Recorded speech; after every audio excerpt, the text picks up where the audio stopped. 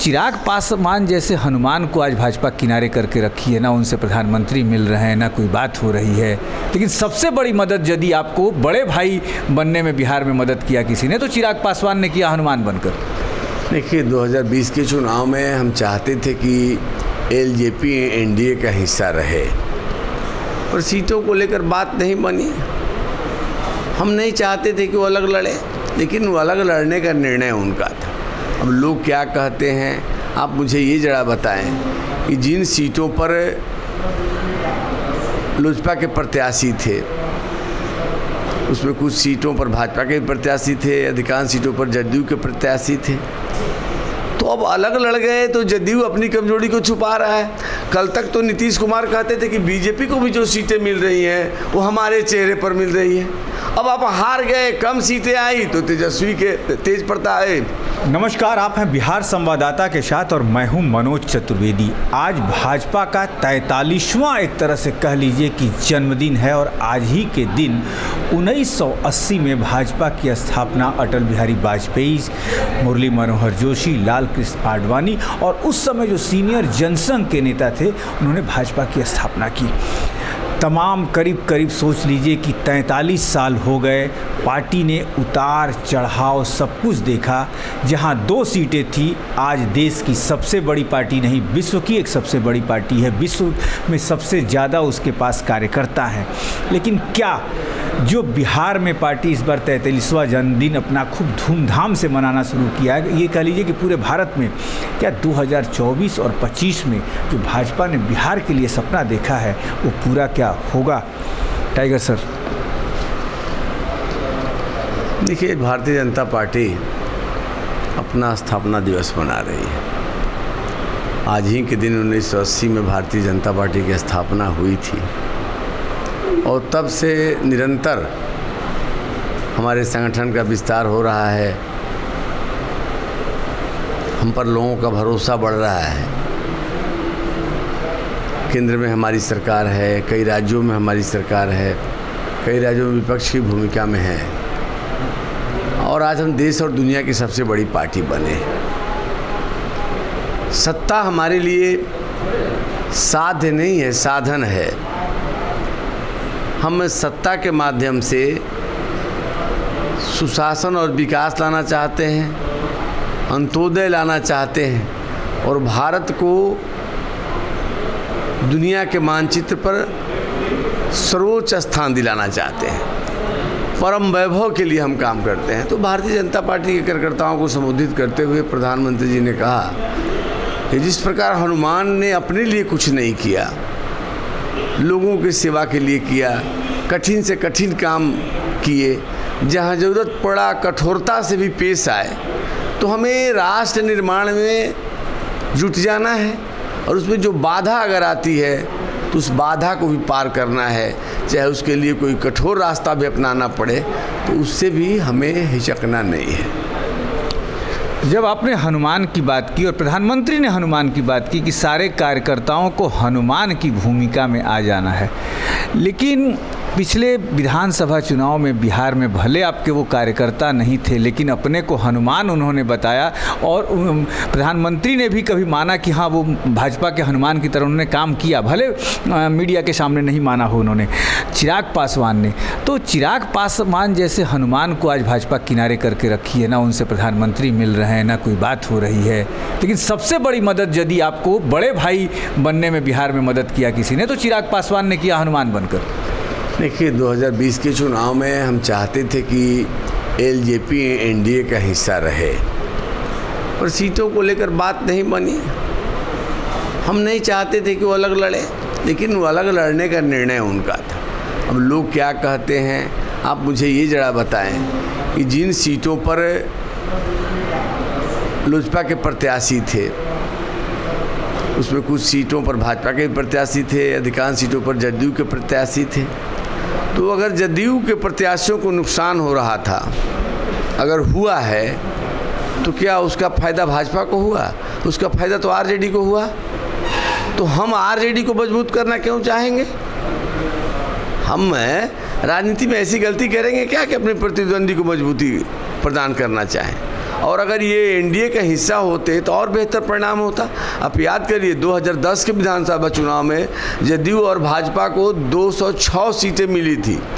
तब रामविलास जी और उनकी पार्टी राजद गठबंधन के हिस्सा थे। तो अब अलग लड़ गए तो जदयू अपनी कमजोरी को छुपा रहा है। कल तक तो नीतीश कुमार कहते थे कि बीजेपी को भी जो सीटें मिल रही हैं वो हमारे चेहरे पर मिल रही है। अब आप हार गए, कम सीटें आई, चिराग पासवान के चलते सीटें नहीं आई। तो पहले नीतीश ये स्वीकार करें कि उनसे बड़ा चेहरा चिराग पासवान का है। हमने कोई इस्तेमाल नहीं किया उनका। अब जहाँ तक भविष्य में उनके रास्ता तय करें तो उनको स्वयं निर्णय लेना होगा। दूसरे अगर वो एनडीए में आना चाहेंगे, हालांकि अपरोक्ष रूप से हमारे कई चुनाव में उन्होंने हिस्सा लिया, एनडीए के पक्ष में प्रचार भी किया, तो कौन सा घटक दल एनडीए का हिस्सा बनेगा, कौन नहीं बनेगा, इसका अंतिम निर्णय हमारा केंद्रीय नेतृत्व लेता है। तो केंद्रीय नेतृत्व इस बारे में फैसला करेगा कि भविष्य में हमारे गठबंधन का कौन हिस्सा होगा। जहाँ तक आपने बिहार के संदर्भ में सवाल किया, तो भारतीय जनता पार्टी आज सबसे बड़ी पार्टी जरूर है, 2 सांसदों वाली पार्टी है, 303 के पार हो गई है, लेकिन हमारा मकसद पार्टी को और विस्तार देना है, और सर्वस्पर्शी सर्वग्राही बनाना है। और अभी भी कई राज्य हैं जहां हमारा प्रभाव अपेक्षित नहीं है। उसमें आप तमिलनाडु को ले सकते हैं, आंध्रा को ले सकते हैं, तेलंगाना में हमारा प्रभाव ज़रूर बढ़ा है, केरल में हमारा संगठन है, हमको समर्थन भी है, लेकिन सीटें हमें नहीं मिल पाती हैं। और बिहार हिंदी पट्टी का इकलौता राज्य है जहां भारतीय जनता पार्टी का कोई कार्यकर्ता मुख्यमंत्री नहीं बन पाया। इसका हमको मलाल भी है, हमको कसक भी है। लेकिन हमारी पार्टी की मान्यता है भाई, नेशन फर्स्ट, पार्टी नेक्स्ट और सेल्फ राष्ट्र। हमारे लिए राष्ट्र और राज्य सर्वोपरि है। और आपने देखा कि बिहार में हमारे लिए अवसर था, लेकिन जंगल राज से मुक्ति के लिए हमने नीतीश कुमार को आगे किया, नया बिहार नीतीश कुमार का नारा दिया। और जिस नीतीश कुमार को 95 के विधानसभा चुनाव में आईपीएफ से हाथ मिलाने के बावजूद, जो आज माले के रूप में है, महज 7 सीटें मिली थी, उस नीतीश कुमार को हमने आगे किया, क्योंकि हमारा उद्देश्य बिहार को जंगल राज से मुक्ति दिलाना। टाइगर सर, तो आपने तो उस जंगल राज को भी समर्थन किया था 1990 में, आपके ही समर्थन से लालू यादव मुख्यमंत्री बने थे। नहीं, देखिए उस समय जंगल राज कब बना? लालू के आते ही शुरू हुआ। तो आप पता ही शुरू में कौन जानता था? तब तो कांग्रेस के विरुद्ध हम लोग मिलकर के लड़े थे और एक वैकल्पिक सरकार हमने दिया था, और जनता की जो अपेक्षा थी उसके अनुरूप हमने निर्णय लिया था। जनता कांग्रेस सूबी हुई थी, वैकल्पिक सरकार बनाने का जनादेश था, हमने जनादेश का पालन किया। अब ये बाद में इस प्रकार से निकल जाएंगे, जैसे ही एहसास हुआ हमने नाता तोड़ा और उनके खिलाफ लंबी लड़ाई लड़ी, और नीतीश जी ने उस लड़ाई में हमारा साथ दिया। और जब हमने पहले कहा भाई कि हम नीतीश के नेतृत्व में चुनाव में जाएंगे, 2020 के चुनाव में आपने देखा होगा कि ज़्यादा सीट हमें प्राप्त हुआ, हम बड़ी पार्टी हुए, उसके बावजूद हमने नीतीश कुमार को मुख्यमंत्री बनाया। तो केवल मुख्यमंत्री बनाना हमारा उद्देश्य होता तो बीजेपी का मुख्यमंत्री पहले बन गया होता, हम 2.5 साल का फॉर्मूला तय कर सकते थे। लेकिन हमारा प्राथमिकता है बिहार का तरक्की और प्रगति। लेकिन एक कार्यकर्ता के नाते सारे कार्यकर्ताओं की भावना है कि शायद बीजेपी का मुख्यमंत्री होगा, और शायद क्या यकीनन बीजेपी का मुख्यमंत्री होगा तो हम अपने एजेंडे पर काम कर सकेंगे और बिहार में एक बेहतर शासन प्रशासन दे सकेंगे, और बिहार जहां उसको होना चाहिए नहीं पहुंच पाया, शायद पहुंच पाए। और जिन राज्यों में हमारी सरकारें हैं वहां का अगर आप जायजा लेंगे तो आप निष्कर्ष पर पहुंच। टाइगर सर, आज कहा है सम्राट चौधरी ने, आपके नए प्रदेश अध्यक्ष ने, कि इस बार अंतिम मौका है, इस बार चुके तो वही समझौते के साथ ही बिहार में चलना होगा। क्या मायने लगाया जाए इसका? देखिए, वो कार्यकर्ताओं के बीच बैठे थे तो स्वाभाविक है कि कार्यकर्ता अपना श्रेष्ठ कर दें, अथक परिश्रम करें, ताकि फिर हमें आगे के लिए इंतज़ार ना करना पड़े। 24 के चुनाव में अपेक्षित परिणाम आए और 25 में भारतीय जनता पार्टी का मुख्यमंत्री बने। इसलिए कार्यकर्ताओं को उत्साहित करने के लिए उन्होंने बोला कि अपना सब कुछ लगा देना है, पूरी तैयारी में जुट जाना है, अथक प्रयास करना है। तो कोई भी पार्टी का जो मुखिया होगा अपने कार्यकर्ताओं को उत्साहित करने के लिए, उत्साह बढ़ाने के लिए एक टारगेट तो देगा।